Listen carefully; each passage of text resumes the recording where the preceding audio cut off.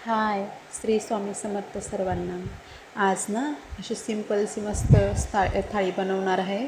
Simple थाळी आहे पण असं खूप छान आहे. अचानक पाहुणे जर आले आपल्याकडं तर पटापट झटपट पटापट होते स्वयंपाक मस्त.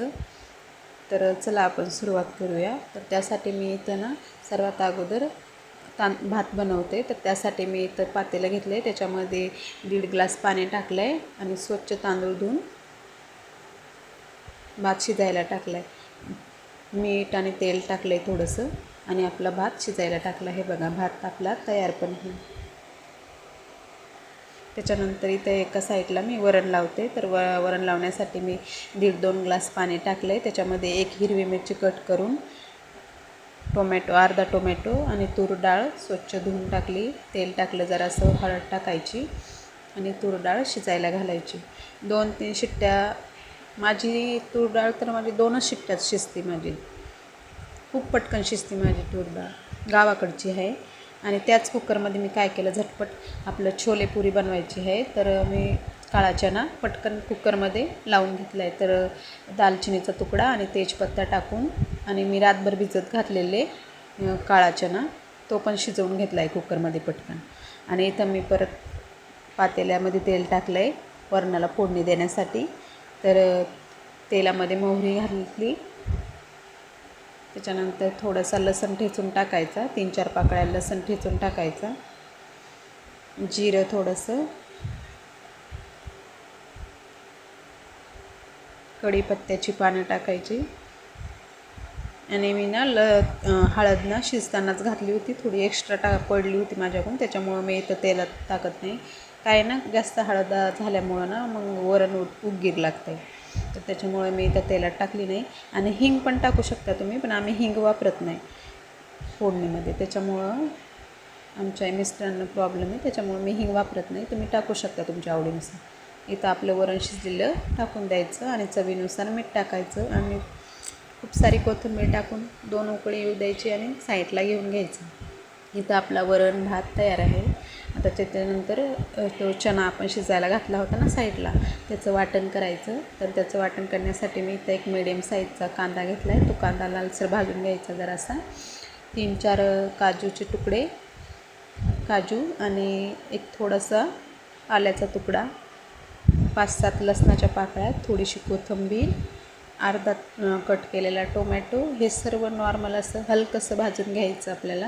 याचं वाटण करायचं एकदम मस्त बारीक असं त्या चण्याच्या भाजीसाठी. आणि इथं बघायचं आपला चणा शिजला आहे का म्हणून. तर आपण बघू.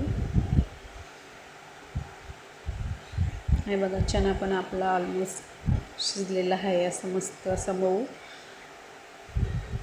त्याला फोडणी देऊ आपण. तर इथं मी फोडणीसाठी 2-2.5-3 पळ्या तेल टाकले. तेलामध्ये मी जिरं, मी चणा शिजतानाच तेजपत्ता आणि दालचिनी टाकली होती, त्याच्यामुळं मी इथं तेलामध्ये टाकली नाही, मी शिजतानाच घातली. तर इथं मी मसाले घातले, कांदा लसूण मसाला, लाल तिखट आणि छोले मसाला आणि गरम मसाला जरासा. आणि जे आपण वाटण बनवलं होतं ना, ते वाटण टाकायचं आणि तेल सुटेपर्यंत परतायचं मस्त असं. हे बघा कसं तेल सुटतंय मस्त, खूप छान वास येऊ लागला आहे मस्त दालचिनीचा ते मस्त. हे बघा मस्त असं तेल सुटलं आहे. आणि आता हे हरभरे काळा चणा आपल्याला शिजलेला याच्यामध्ये टाकून द्यायचा. 2-3 शिट्ट्यात शिजतो काळा चणा, रात्रभर पाण्यात भिजून घालत ठेवला तर. चवीनुसार मीठ टाकून 2-3 उकळ्या येऊ द्यायचा आणि स्लो गॅसवर परत 5 मिनटं शिजू द्यायचा. इथं मी एक हिरवी मिरची आणि खूप सारा कढीपत्त्याचा तडका दिला आहे वरून आणि खूप सारी कोथिंबीर. छान टेस्ट लागते. तुम्ही कसुरी मेथी पण वापरू शकता, मला आठवणच राहिली नाही टाकायची. माझ्याकडं पण आहे कसुरी मेथी, पण मला आठवणच नाही राहिली. हे बघा, इथं आपला छोले पुरीसोबत खाण्यासाठी छोले चणा तयार आहे मस्त असं रसरशीत. हे बघा मस्त अशी तरी पण आणि किती छान. आता इथं मी पीठ मळते पुऱ्या बनवण्यासाठी. तर त्यासाठी मी इथं गव्हाचं पीठ चाळून घेते. त्याच्यानंतर थोडंसं मीठ टाकायचं, थोडंसं तेल टाकायचं आणि भिजवून घ्यायचं मस्त आणि 5 मिनटं बाजूला ठेवायचं भिजवून. मस्त असं मळून घ्यायचं आणि 5 मिनटं बाजूला ठेवायचं. त्याच्यानंतर छोट्या छोट्या पुऱ्या बनवून तळून घ्यायच्या अशा मस्त. पूर्ण व्हिडिओ बघा स्किप न करता, खूप छान आहे, झटपट अशी रेसिपी आहे. अचानक जर पाहुणे आले तर पटकन असा स्वयंपाक होणार आहे. वरण भात भाजी पुरी असा पटकन स्वयंपाक होतो. तर हे बघा अशा छोट्या छोट्या पुऱ्या करून आपल्याला तळून घ्यायच्या लालसर. हे बघा मस्त अशा टमटम फुगलेल्या आहेत. आणि इथं मी भज्यांसाठी ना मूग डाळ रात्रभर भिजत घातली होती साल काढून.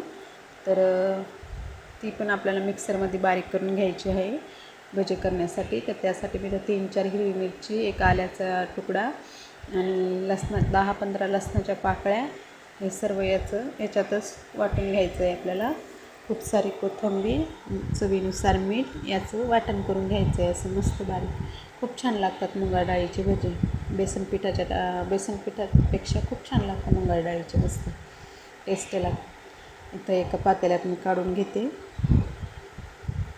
मीठ वगैरे मी त्यातच टाकलेलं आणि एक मिडियम साईजचा कांदा मी लांब कट करून टाकलेला त्याच्यामध्ये. आणि हे सर्व मिक्स करायचं व्यवस्थित. आणि एक छोटा चम्मच बेसनपीठ घातले जेणेकरून एक जीव व्हावं चांगलं व्यवस्थित, म्हणून बेसनपीठ घातलं. एक पोहे खायचा चम्मच. जिरं ते मी त्यातच टाकलं होतं वाटताना. आणि इथं मी भजे तळण्यासाठी तेल ठेवलं आहे कढाईमध्ये तापायला. तर त्यासाठी अगोदर 2-4 म्हणलं पापडं पण तळून घ्यावे. तर 2-3 पापडं तळून घेते.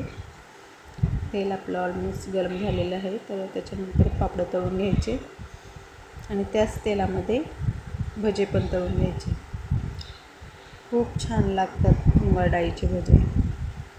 झटपट बनणारा हा स्वयंपाक आहे पूर्ण थाळी. पूर्ण व्हिडिओ बघा आणि चॅनलवर नवीन असाल तर सबस्क्राईब करा, लाईक शेअर करा. हे बघा असे पूर्ण भजे तळून घ्यायचे. आणि इथं आपली पूर्ण थाळी तयार आहे. सिंपलची थाळी आहे पण खूप छान लागते. मी रस अगोदरच करून ठेवला होता, रस शूट झाला नाही माझ्याकडून. हे बघा पुरी, छोले, वरण भात, मूग डाळीचे भजे, पापड आणि आमरस तयार आहे आपली थाळी.